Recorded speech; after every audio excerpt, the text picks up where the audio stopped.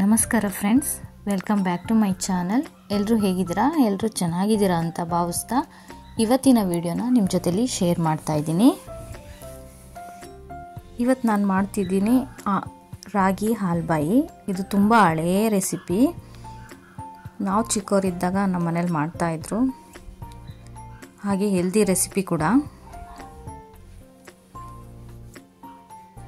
ಇದನ್ನು ಯಾವ ರೀತಿ ಮಾಡೋದು ಅಂತ ನಿಮ್ಮ ಜೊತೆಲಿ ಇವತ್ತು ನಾನು ಶೇರ್ ಮಾಡ್ತಾ ಇದ್ದೀನಿ. ನಾನು ಮೊದಲಿಗೆ ಒಂದು 2 ಗ್ಲಾಸಷ್ಟು ರಾಗಿನ ಓವರ್ ನೈಟು ನೆನೆಸಿಟ್ಟಿದ್ದೆ. ಚೆನ್ನಾಗಿ ತೊಳೆದು ರಾಗಿನ ಓವರ್ ನೈಟ್ ನೆನೆಸಿಡಬೇಕು. ಇಲ್ಲಾಂದರೆ ಬೆಳಗ್ಗೆ ನೆನೆಸಿ ನೈಟ್ ಆದರೂ ಮಾಡ್ಬೋದು.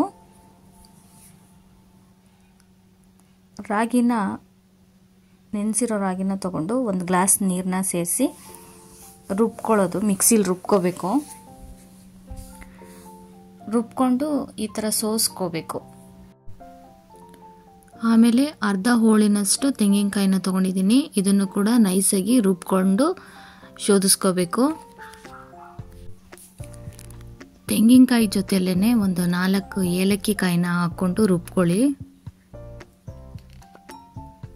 ಈಗ ನೋಡಿ, ತೆಂಗಿನಕಾಯಿ ಹಾಲನ್ನ ತಗೊಂಡು ಇದಕ್ಕೆ ಒಂದು 2 ಗ್ಲಾಸಷ್ಟು, ನಾನು 2 ಗ್ಲಾಸ್ ರಾಗಿ ತೊಗೊಂಡಿದ್ದೆ. ಹಂಗಾಗಿ 2 ಗ್ಲಾಸಷ್ಟು ಬೆಲ್ಲನ ತುರಿದು ಇಟ್ಕೊಂಡಿದ್ದೆ. ಅದನ್ನು ಕೂಡ ಸೇರಿಸಿ ಎಲ್ಲ ಮಿಕ್ಸ್ ಮಾಡ್ಕೊತೀನಿ.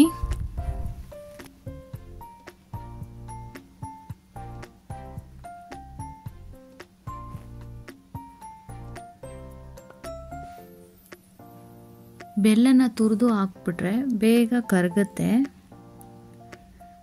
ಒಂದ್ಸರಿ ಇದನ್ನೆಲ್ಲ ಮಿಕ್ಸ್ ಮಾಡ್ಕೋತೀನಿ. ಆಮೇಲೆ ಒಂದು ದಪ್ಪ ತಳದ ಬಾಣಲಿನ ತಗೊಂಡು ಅದಕ್ಕೆ ಮತ್ತೆ ಶೋಧಿಸ್ಕೊಂಡು ಮಿಕ್ಸ್ ಮಾಡ್ತೀನಿ.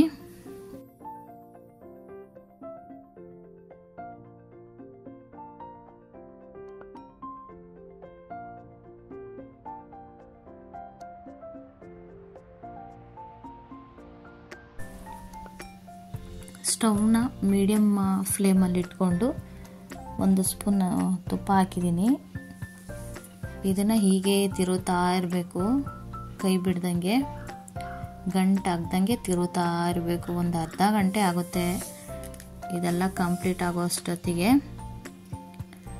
ನಾವು ಮಕ್ಕಳಿಗೆ ರಾಗಿ ಸರಿ ಮಾಡ್ತೀವಲ್ಲ, ಅದೇ ಥರ ಆಗೋವರೆಗೂ ಈ ಥರ ಕೈ ಆಡಿಸ್ತಾನೆ ಇರಬೇಕು.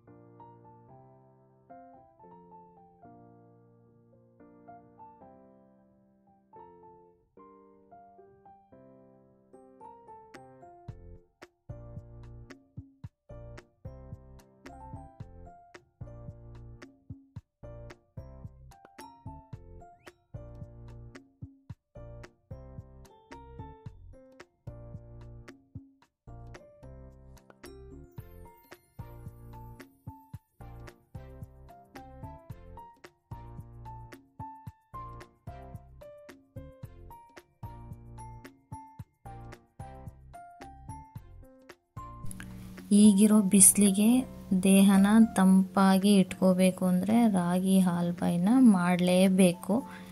ಬೆಣ್ಣೆ ಥರ ಕರ್ಗೋಗ್ಬಿಡುತ್ತೆ ಬಾಯಲ್ಲಿಟ್ಟರೆ. ತುಂಬಾ ಚೆನ್ನಾಗಿರುತ್ತೆ ಫ್ರೆಂಡ್ಸ್. ತುಂಬಾ ಹಳೆಯ ಕಾಲದ ರೆಸಿಪಿ ಇದು. ಮಾಡೋದಕ್ಕೆ ತುಂಬ ಟೈಮ್ ಹಿಡಿಯುತ್ತೆ. ಅನ್ನೋದೊಂದು ಬಿಟ್ಟರೆ ರುಚಿಯಾಗಿರುತ್ತೆ, ಹಾಗೆ ಹೆಲ್ದಿಯಾಗಿರುತ್ತೆ. ಈಗ ನಾನು ಒಂದು ತಟ್ಟೆಗೆ ತುಪ್ಪನ ಸವರಿ ಇಟ್ಟಿದ್ದೀನಿ.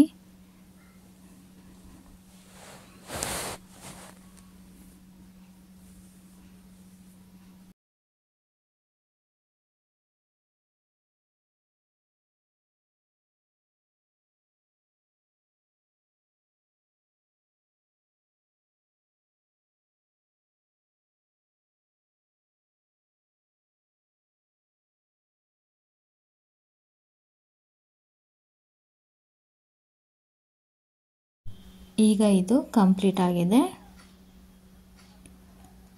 ಇದನ್ನು ತಟ್ಟೆಗೆ ಹಾಕೋತೀನಿ. ಇವಾಗ ಫುಲ್ಲು ತಣ್ಣಗಾದ ಮೇಲೆ ನಾವು ಯಾವ ಶೇಪ್ಗಾದರೂ ಕಟ್ ಮಾಡ್ಕೊಬೋದು ಫ್ರೆಂಡ್ಸ್. ತುಂಬ ಚೆನ್ನಾಗಿ ಬರುತ್ತೆ.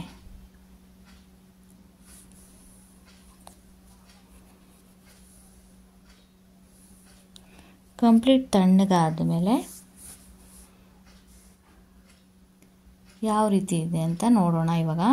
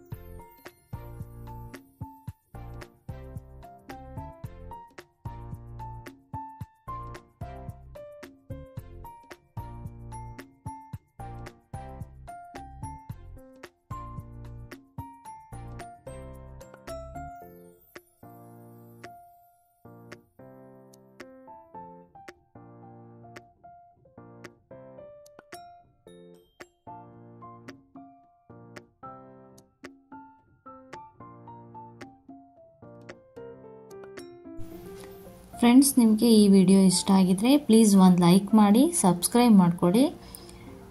ಪಕ್ಕದಲ್ಲಿರೋ ಬೆಲ್ ಐಕನ್ನ ಪ್ರೆಸ್ ಮಾಡಿದ್ರೆ ನನ್ನ ಎಲ್ಲ ನೋಟಿಫಿಕೇಷನ್ನು ನಿಮಗೆ ಸಿಗುತ್ತೆ. Thank you.